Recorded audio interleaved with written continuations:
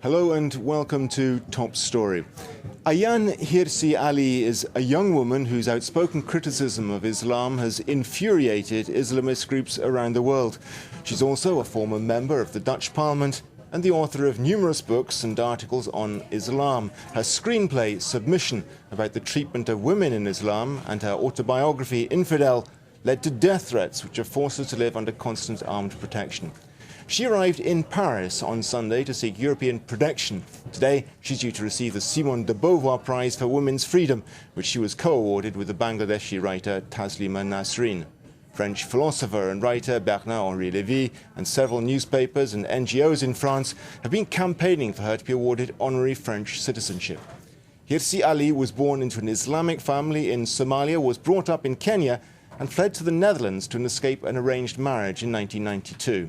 Her colleagues in the Dutch Parliament forced her to resign her post as MP after she admitted lying about her age and name in her asylum request. She left Holland in 2006 for the United States, where she now works for a conservative think tank. Well, joining me now to discuss some of the issues raised by Ayaan Hirsi Ali is Tom Hennigan, religious affairs editor at Reuters. Tom, thanks very much for being on Top Story. Ayaan Hirsi Ali is a provocative figure, to say the least. She talks about things that a lot of people would prefer that she kept quiet about, and for that she's earned the enmity of Islamists around the world, a death threat on her head. There's no reason why she should keep quiet, is there? Well, she is somebody who comes from a Muslim background herself, and now living in the West has decided, especially after 9/11, to reject Islam completely and to lead a campaign against it. And she's very intelligent and argues on completely Western democratic bases that Islam is totalitarian, things like that. And she has made this her campaign, and now, of course, it's become an enormous security problem for her. And she raises fundamental questions, too, about the compatibility of religion and democracy, in particular Islam and democracy. She does. And one of the first things you have to say is she treats Islam as a monolith, which is very difficult because it's not a monolith. We know that.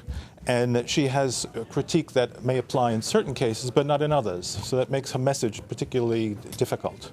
Turkey, for one, I suppose, is a country where there does seem to be a degree of compatibility, to say the least, between democracy and religion. Turkey is one of the most interesting countries now for the question of Islam and politics, because the way it's evolving is showing that an elected government can be democratic, but also show respect for Islam. Now, she's in France at the moment. She arrived yesterday. She's receiving the Simone de Beauvoir Prize today. She's had a lot of support from French intellectuals, in particular Bernard-Henri Lévy, the French philosopher and writer.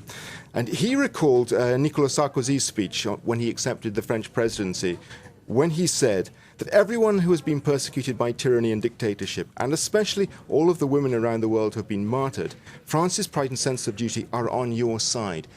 Should that apply to Ayaan Hirsi Ali as well? It would appear to apply 100% to her. And this is the problem for Nicolas Sarkozy, because he has said this, and there are arguments then all in her favor for her to be given protection here.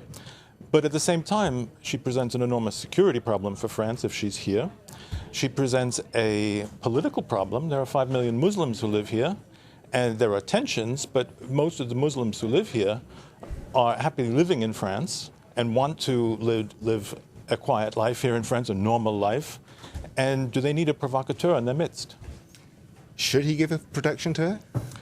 Luckily, I'm not the president of France, and I don't have to answer that question. I think it is a question of two principles here that clash, and there are no easy answers. Okay, she goes on to the European Union later this week. On the 14th, she's in Brussels.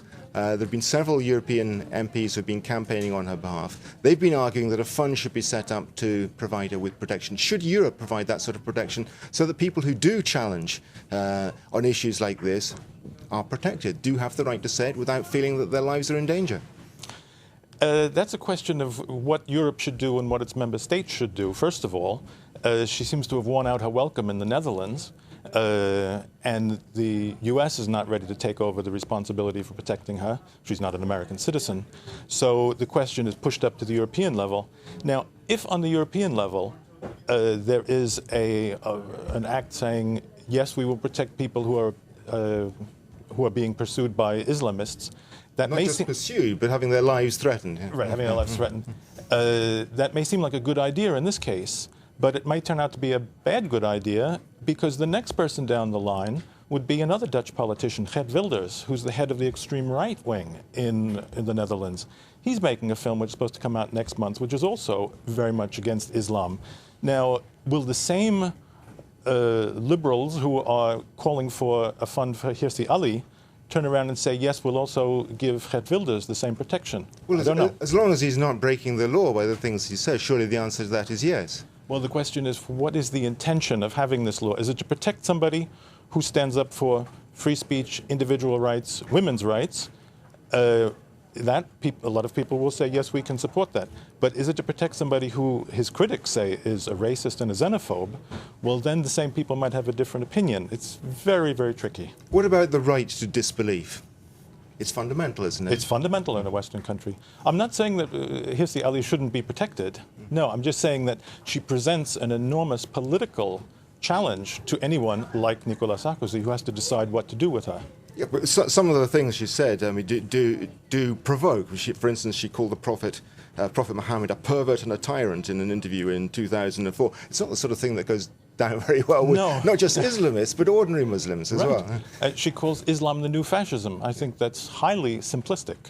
But we live in a democratic society. It's her right to say that. This is all part of an open debate about where Islam in particular and religion in general fits in a Western society. But when you get an extreme case like this, you start to get the clash with other questions, for example, security, the political ramifications, and it becomes very, very difficult for a leader to decide what to do. So Nicolas Sarkozy has a problem on his hands this weekend to decide what to do. Nicolas Sarkozy says he likes to solve problems, so let's see what he does with this one. Okay, that's all we have time for today. Thanks very much to our guest, Tom Hennigan of Reuters. Join us again next week for another edition of Top Story. Goodbye.